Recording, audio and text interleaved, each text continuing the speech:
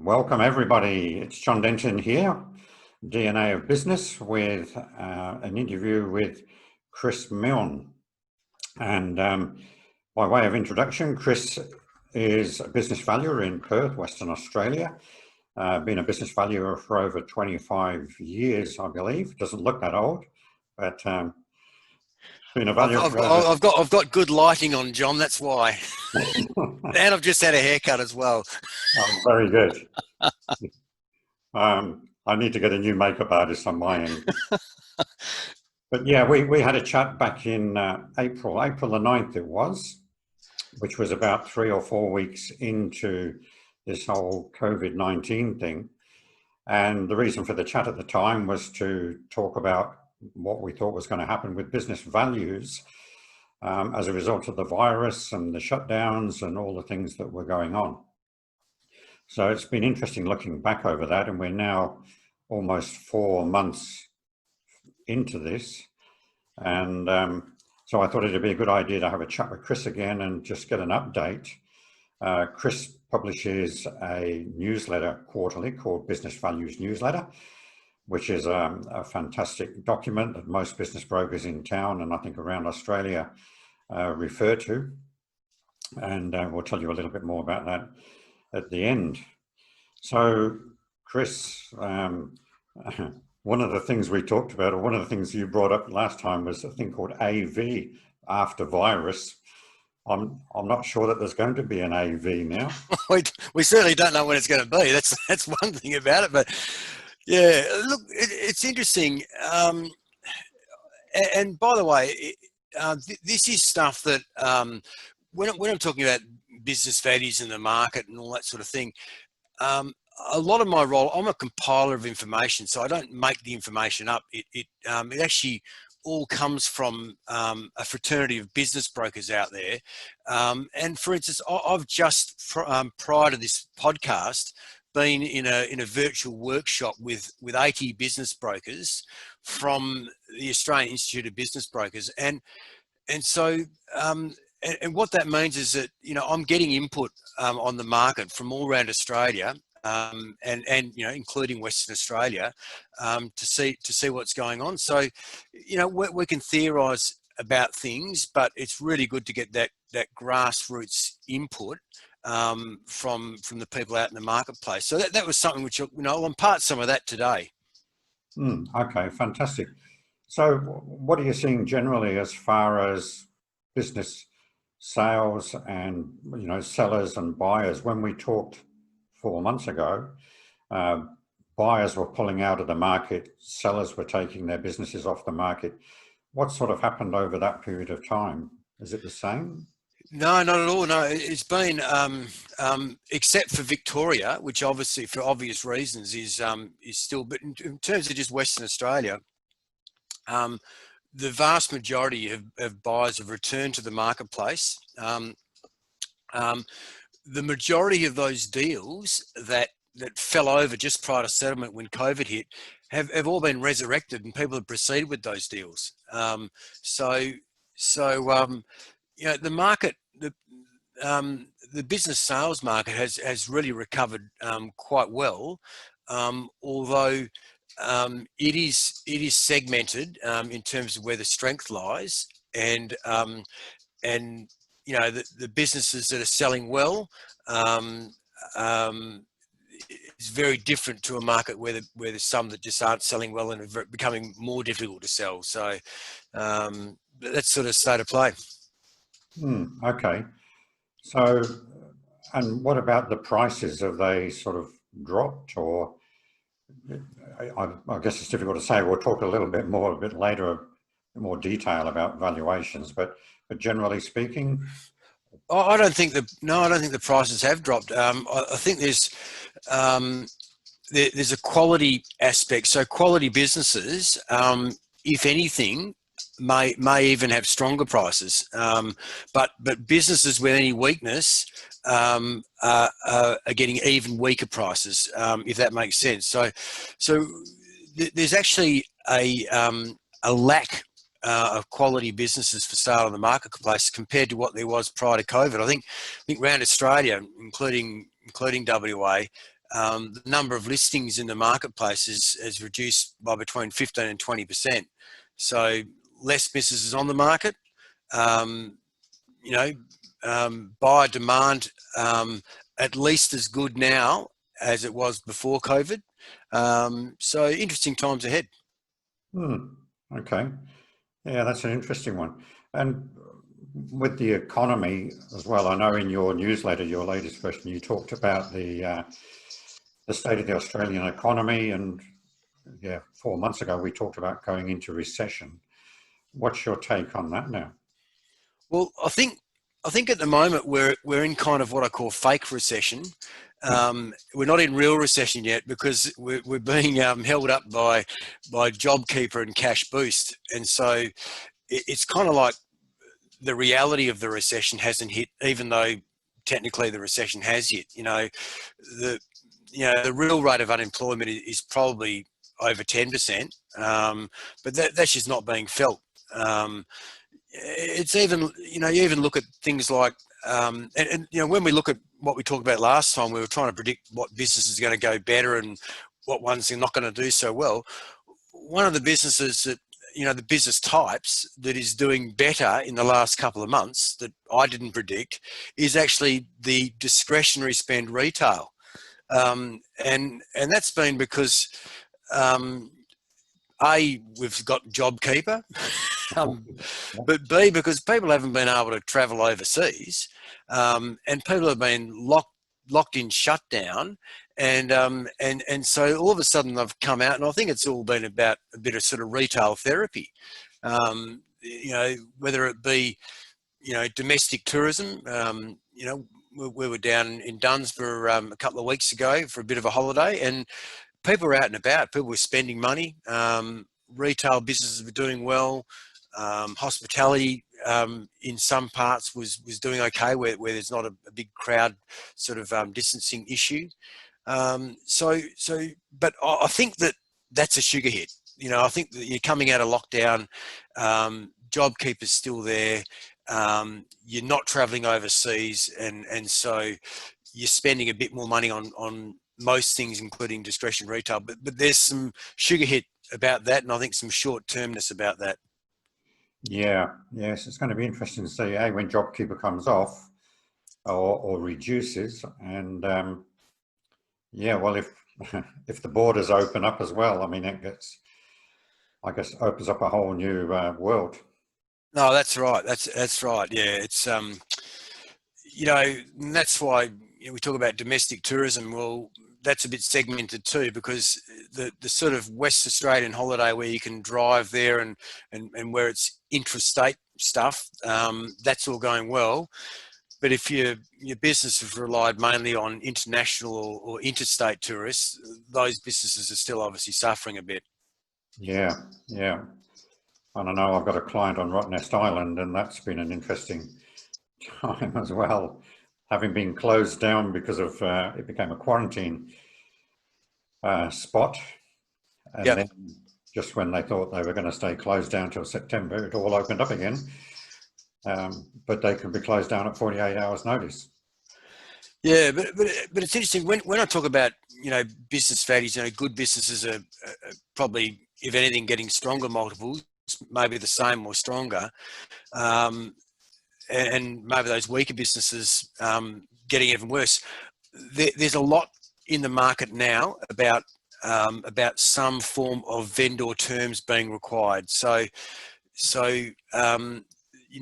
once again, just speaking to the 80 brokers online and listening to what they've got to say, the percentage of their deals where the vendors are required to just maybe in a lot of cases in small business, it's just a simple retention. So you pay 70 or 80% on settlement, and then 20 or 30% after a year once the turnover's proved up, and that's really a mechanism to protect the buyer and get the seller to share the risk about, well, you're telling me that once COVID's over, the trade's going to normalise, but I'm not as confident as what you are, and so yep, I'm prepared to go through with a deal, but guess what? you're going to share a bit of that risk with me. And so the simple retention deal for smaller businesses, and then sort of a more complicated maybe earn out deal for larger businesses, far greater percentage of those deals happening in the marketplace now.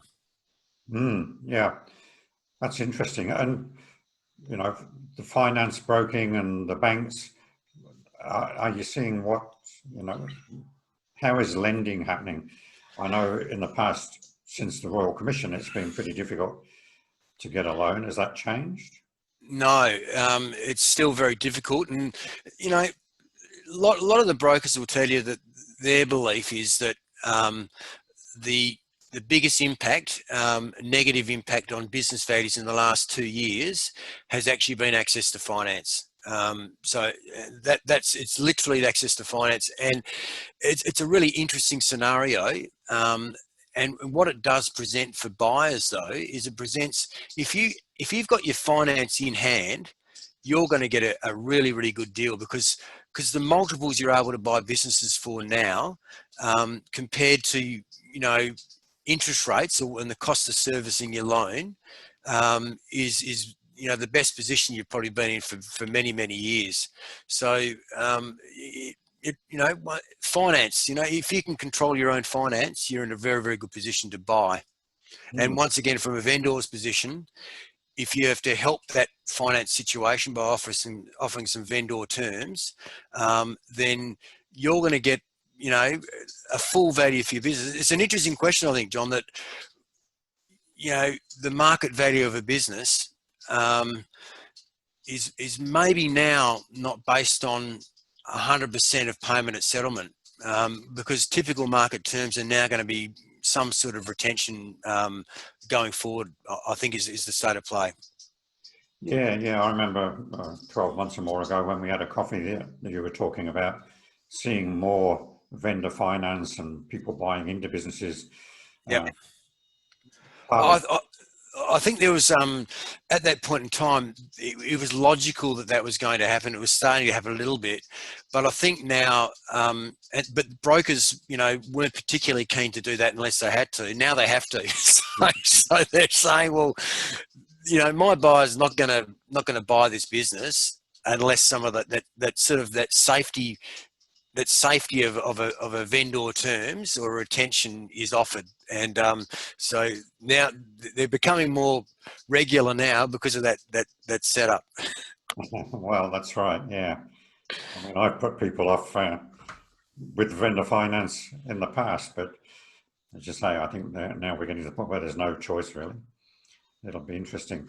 The other thing I've noticed with my clients in my mentoring groups, who are all business owners, and talking to them recently, we had a meeting and I did a show of hands and said, who's had a better year this financial year than last financial year? And most of the hands went up by one or two. But the other thing that I've seen is that a few of them their businesses went through a dive in March, April, particularly when we were all put into a state of fear by the government and don't go out and wash your hands every 5 minutes and all these sort of things that we had to do. A lot of businesses seem to take a hit then, but then in May, June, they've come back, and a couple of them had really good May and June months, which put them then over for the financial year. So when it comes to doing a valuation on a business, you know, how are those things, how would you recommend those things be taken into account? Yeah, well, and you make a really good point, John, and my experience too in just doing valuations is probably seemingly in Western Australia anyway, there's more businesses that their financials might have had some sort of benefit towards the end. Yes, they lost a month there in the middle, you know, where, you know, everyone just didn't know what was going on. We all sort of put the shutters up. But then there's just been this sugar hit thing. And if you know, listening to the brokers today, they're also saying a lot of that's continued into July, you know, like, so, so making adjustments in valuations is not just adjusting for the negative impacts of COVID. It's actually also adjusting for the positive sugar hit type impacts. We talked about, people just wanting some retail therapy at the moment. So they're getting out there and spending, but it won't last. And, the long-term effect of the recession when the JobKeeper is rescinded and so forth, that'll be when we see what the long-term effect is. So what we've got to do in the meantime is we have to basically extricate the positive or negative effects of COVID.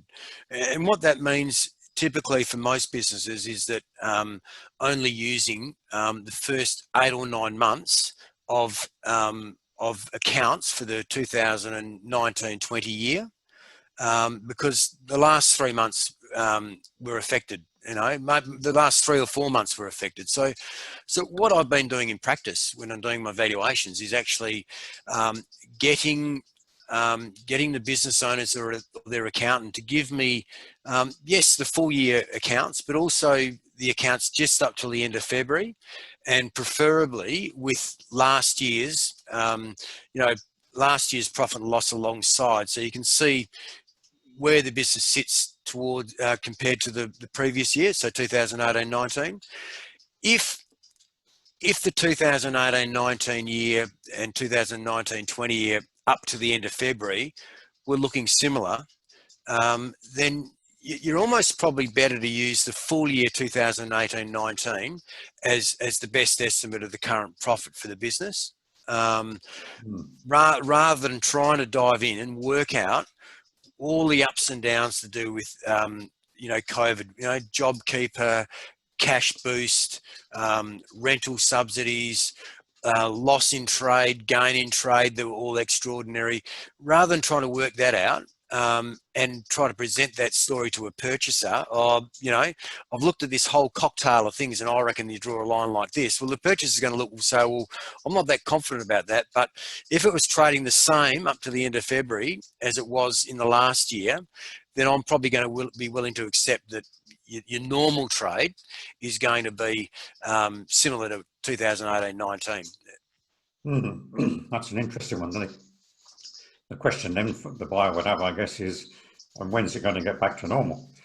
Because... Yeah, well, that's right. And if you, what's in the practical marketplace, sometimes if the business has been shut down, sometimes the terms of the contract is that they're not going to take possession of that business or settle on that business until after shutdown's over, and so that fixes part of the problem. But once again, this is where this whole sort of retention type deal comes in, because the buyer is going to want to see, well, I'm willing to pay you based on the normal value of the business, if you want to call it that, but let's wait and see what the new normal is. So I'll pay you this much up front, and then I'll pay you the rest once we confirm it's back to normal. Yeah, whatever normal is. That's right, the new normal. The new normal, yeah.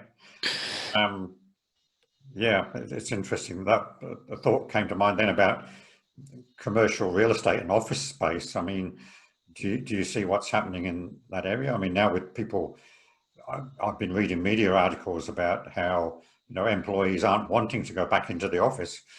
They're more comfortable working from home, and in some cases, they're more productive. Well, 100%. I think that the new normal is going to be more working from home, more online retail, higher vacancy rates in commercial office space, higher vacancy rates in retail space, and it'll take a while because there are very good shopping centre owner managers out there and superannuation funds and so forth that own the shopping centres that are reluctant to reduce the rents. But I think over time there might be a little bit of rent reduction going on through the whole system. Yes, I think that's long overdue anyway. That's right. Even before this situation. So. Well, for years, with retailers in shopping centres in particular, the percentage that rent has been making up as a percentage of the turnover has been increasing, and that's got to change, because the retailers just haven't been making enough profit, and you're seeing what you're seeing from that in terms of business sales is that businesses, retail businesses in shopping centres, and whether they're franchise or not, but even more particularly so franchise in some areas, have become harder to sell because of virtual lease liabilities. If they sign up for long-term leases, that's good in terms of security, but it's also a risk in terms of if it all goes a bit pear-shaped, I've got a big lease liability here as well. Yeah, yeah. And I know some of the shopping centres where I was looking at some businesses that wanted to sell, their actual rent, their rent went up if their turnover went over a certain amount. Yeah. Yeah, I mean, that's the sort of, I mean, that's not necessarily a negative thing, because that's what used to be called a turnover rent, where you reach a break-even point on the turnover, then there's a potential rent increase, or you pay more rent in that year. So that can mean that you're only paying more rent if you're making making more revenue. It's probably the opposite of that is the bigger problem, where some of the retail shops, their revenue's gone down by 25% and they're still paying the same base rent. That's actually the bigger problem. Yeah. Interesting. Just going back to the valuations again, I know you do a lot of valuations, or you do some valuations, for like legal situations where there's been a partnership split, or a marriage breakup, or things like that. So it becomes a legal valuation requirement. Sure. And it needs to be a valuation done on a certain date, or things like that. How are you going to handle that now? Yeah, essentially, both valuing and appraising a business in the current marketplace has become more difficult, and it requires more analysis of accounts to see what the normal profit will be, or the future maintainable earnings. And when you've got a specific data valuation, in some cases you've got to take down, if that's during the middle of a shutdown, or it's during the, there's still some hospitality businesses that can't, due to social distancing, can't fully have as many patrons in as they would normally. So if you're valuing a specific data valuation, you've got to take into account an effective purchaser at that data valuation.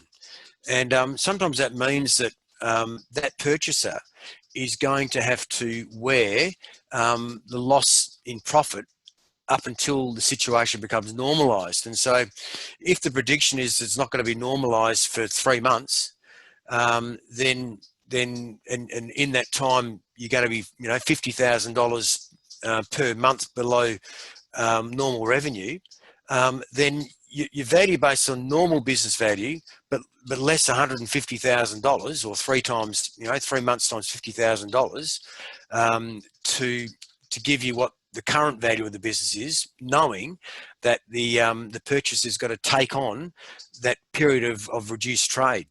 And that's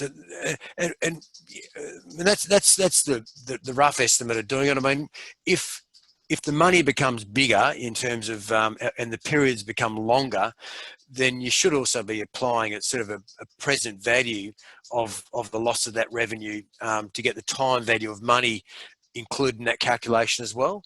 But that's the rough technique as to how you should be doing that. Okay. So yeah, it's a whole new world, isn't it? Yeah, and I think it also, added to that, there's got to be an awareness that going forward, the normal market terms could quickly become that vendor term type scenario. So market value may now, or soon in the future, be more about not just 100% of payment on settlement. Yeah. So what's selling at the moment, and what's really difficult to sell at the moment. Yeah, so quality businesses are actually getting good demand.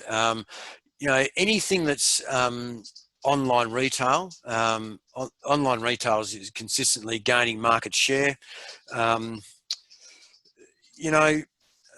Anything that's health related and cleaning products and that sort of thing.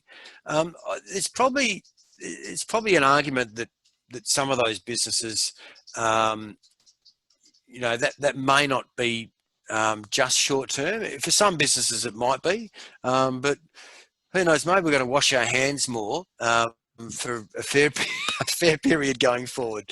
Buy a hand sanitizer business. Yeah, that's right. I think there's also a lot of the businesses that were even before COVID hit. Were already selling well. A lot of that hasn't changed, and that's that consistent recurring revenue type business. Like accountancy practices, and a range of healthcare practices. Even technology businesses. IT support businesses, where particularly the ones who've got a lot of their customers on subscription revenue. Yeah. So those are the sort of businesses that, and I think also anything that's selling non-discretionary spend products. So whether that be supermarkets, liquor stores. I mean, when you go into recession, people drink more, so your liquor stores will probably go all right. So your non-discretionary spend is good. Yeah, okay. And I mean, it's pretty obvious some of the ones that people won't be finding attractive. Last time we had a conversation, you talked about gym equipment businesses, and the fact that they sold out when the lockdown came on, but then a lot of the gyms had to give their equipment back because they were on lease. That's right. So the price of hiring or buying gym equipment sort of doubled and then halved all within 4 weeks. But once again, that's all short-term sugar hit stuff. One of the things in terms of business values, though, is that there is emanating from Victoria. There's actually a fear of buying some of those businesses that shut down, like and talking about beauty salons, talking about gyms, that sort of business. Those sort of businesses had a heavy impact because people can see it happening in Victoria. That the brokers online that I was talking to you about before, they've all been saying that fear is actually spread to other states like South Australia and Western Australia, etc. That even though that situation isn't here, the purchasers are very, very well aware that how quickly that could change. And so there is a bit of a fear, which is restricting the sale of, your beauty salons and your gyms and that sort of thing, even though at the moment they're operating fine. Yeah. Yes, it's interesting how we watch what happens over East, and then it's sort of, we anticipate the same thing happening here, but there's always that bit of a lag. What tips would you have for people at the moment who are, thinking of selling over the next 12 months, 2 years? Any tips for things that they could do? Yeah, I think there's some strong tips in the marketplace in relation to that. Firstly, it's not necessarily a bad time to sell for a lot of businesses. I mean, I mentioned before that the listings are down 15 to 20%. There's coming into the marketplace. There's already coming into the marketplace people who have lost their job, looking to buy a small business. Now that starts with, probably businesses worth only a couple of $100,000 or less, that sort of thing. But over in the eastern states, they're already seeing businesses up to $1 million being bought on that basis. And the reason for that is that some people who lost jobs have had high paying jobs, and they might have been earning, $250,000, $300,000 a year, and their lifestyle needs that. And so they're trying to replace that they're trying to replace that income to support their lifestyle. So don't immediately think, as a business owner, if you're thinking about selling, don't immediately think that this is a bad time to sell. That may not necessarily be the case. And I think, talk to your broker, get advice from your business coach, and your business might be one that is a good business to sell at the moment. I mean, as I say, good businesses with strong recurring revenue, in the segments like online, etc., that are going well, you might have been getting stronger values now than what you were in the past. Yeah. I think the other thing though is that there's got to be a willingness from vendors, if they want to get their full market value now, to get your head around some vendor terms, whether it be just a simple 80% up front and 20% retention. And quite often the brokers will set that up so that the 20 or 30% retention is held in trust anyway. So it's not, and if you're confident your business turnover is going to remain, then you got to understand from a buyer's perspective that they're not as confident as what vendors are. And, there's more fear now. And so, if you want to get the full value for your business, be willing to look at the vendor term scenario, but I think also get professional advice to set it up, because you want those conditions and clauses in relation to that to be very, very strong, so that there's no dispute. Yeah, absolutely. And I think one of the things you talked about when we last spoke was the business owner should document and record everything so that it's explainable. Yeah, we're now getting to the period where, in Western Australia, a lot of that shutdown period is over, and it's right now. It's only not a very long period of time ago, so everyone can kind of remember. But 6 months down the track, 12 months down the track, when people are looking at past trading figures, trying to remember what the impact of COVID was on your particular business. It's great to have that documented clearly, because if you can show them quite clearly, this is when our business had to shut down, or this is when the impact of COVID hit us, and this is when it finished, and you're able to document that, it's going to give a purchaser a lot more confidence to excise that from the considerations and say, well, fair enough, you've documented that well, I'm confident in that information, so I'm willing to accept that. So documentation of that is very, very important. I mean, it's always been the case that you should record everything anyway and document it, but even more critical in the circumstances we're in now. So that's good.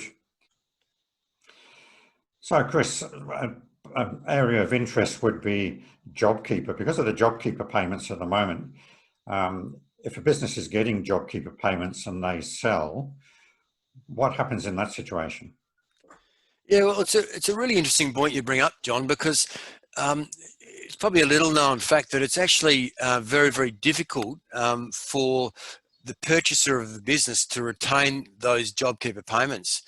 And so if there is a business that is currently getting significant JobKeeper, it could even be beneficial for that vendor to not put his business on the market until the JobKeeper actually ends, because the new purchaser is going to find it very difficult with the current legislation to actually capture the JobKeeper on transfer of the business.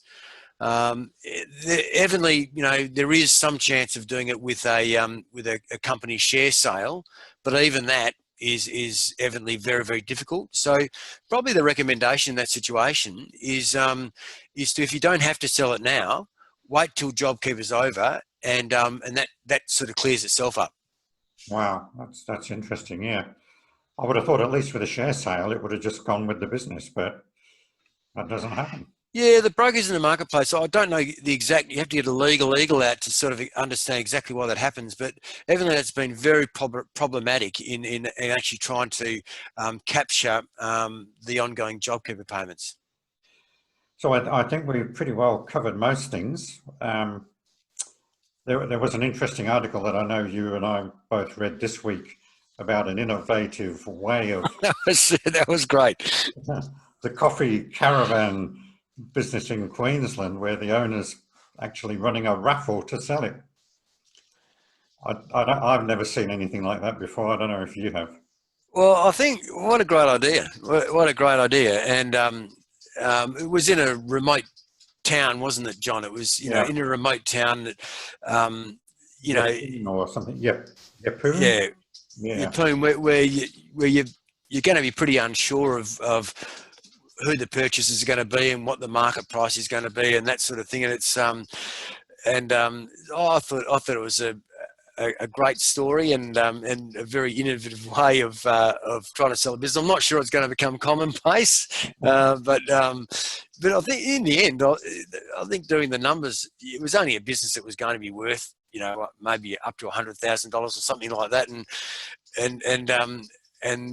the sales of the raffle tickets were pretty much going to get to that level anyway by what they'd budgeted. So it sounded like a win-win situation. Someone gets a business for whatever the price of the raffle ticket was, and yet selling the tickets for $50.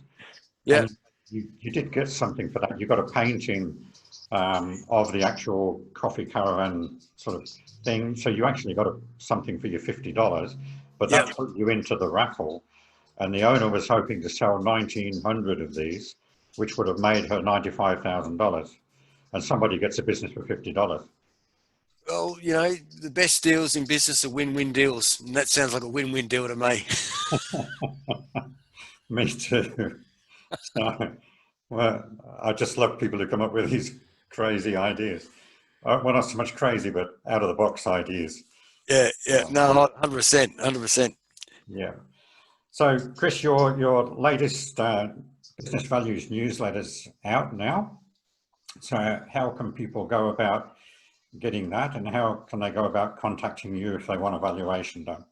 Yeah, well, I think if people just look, they either want to subscribe to the newsletter or they just want to get some information on business values. If they Google Jarrott, that's JAROT, business valuations, and get onto our website. You can subscribe to the newsletter, or you can just look around the website and have there's a fair bit of information about business values in general and articles on business valuation and current market, what's happening in the market, that sort of thing. So you can get on the website and then they can subscribe to the newsletter if that's of interest to them, and also there's the contact details on the website if they need to get a business valuation done for a specific reason. Fantastic. So they can get your email address and contact details off the website. That's right. Yep.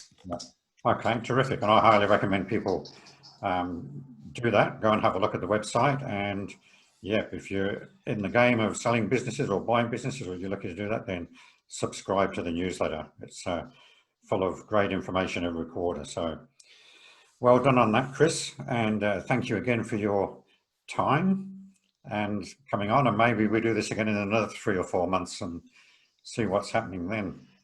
Oh, it's always a pleasure, John. It's always a pleasure to and just to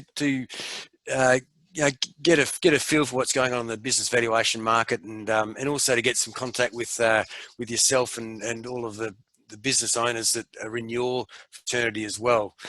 So it's always good to have a chat.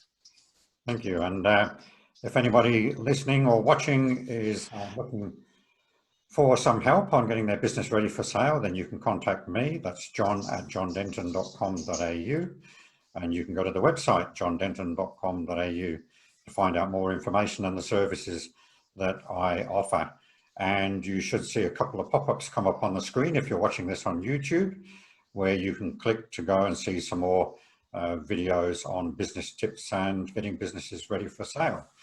So with that, we'll close up. Again, if you're on YouTube and you go to the bottom underneath the video, there's a read more section and you can get some links. I'll put a link there to Chris's website and some other areas of interest. So thank you all for watching or listening. And yeah, hopefully we can do this again in 3 or 4 months. So thanks again, Chris, and we'll talk again soon. Okay, no worries. Thanks, John.